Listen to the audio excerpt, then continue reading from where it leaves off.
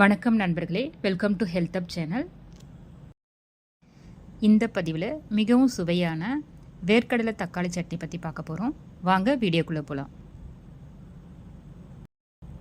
Gas stove on பண்ணிவிட்டு ஒரு pan போட்டுடலாம். பேன் நல்லா சூடாயிட்ட உடனே 1.5 டீஸ்பூன் ஆயில் அப்ளை பண்ணிடலாம்.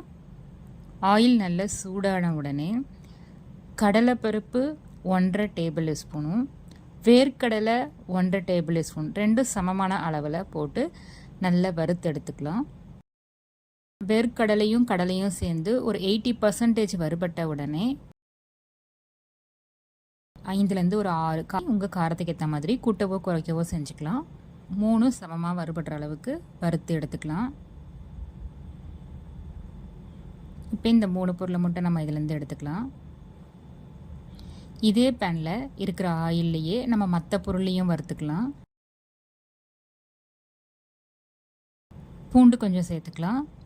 பெரிய வெங்காயம் 1 கட் பண்ணி வச்சுருக்கேன், அதை சேர்த்துடலாம். இது நல்லா கண்ணாடி பதம் வர வரைக்கும் நல்லா வதக்கிக்கலாம். கருவேப்பிலையை சேர்த்துக்கலாம். சின்ன நெல்லிக்காய் சைஸ் அளவுக்கு புளியை சேர்த்துக்கலாம். அதை அப்படியே பிச்சு பிச்சு போட்டுடலாம். சீரகம் 3/4 டீஸ்பூன் சேர்த்துடலாம். தக்காளி 2 பெரிய தக்காளியை கட் பண்ணி வச்சுருக்கேன், அதை சேர்த்துட்டு தேவையான அளவுக்கு உப்பு சேர்த்து தக்காளி குழையிற வரைக்கும் நல்லா வதக்கி எடுத்துக்கலாம். இது வதங்கிறதுக்கு 5லேருந்து ஒரு 7 நிமிஷம் எடுக்கும். வதங்கிட்ட உடனே இந்த ஸ்டேஜில் கேஸ் ஸ்டவ் ஆஃப் பண்ணிடலாம். ஆஃப் பண்ணிவிட்டு பெருங்காய பொடியை கொஞ்சமாக போட்டுடலாம். நல்லா கிளறி விட்டுக்கலாம். இது ஆறட்டும். இப்போ நம்ம ஃபஸ்ட்டே வறுத்து எடுத்து வச்ச 3 பொருளை மட்டும் மிக்சியில் தனியாக குறன்னு போட்டு எடுத்துக்கலாம்.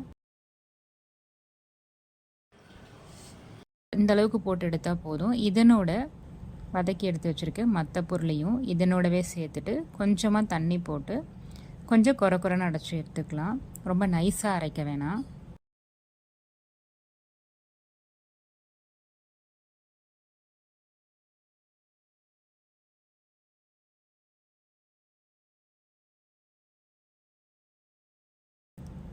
அவ்வளோதாங்க, சுவையான வேர்க்கடலை தக்காளி சட்னி ரெடி ஆகிடுச்சு.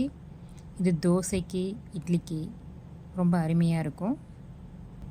மீண்டும் ஒரு நல்ல ரெசிபியில் சந்திப்போம்.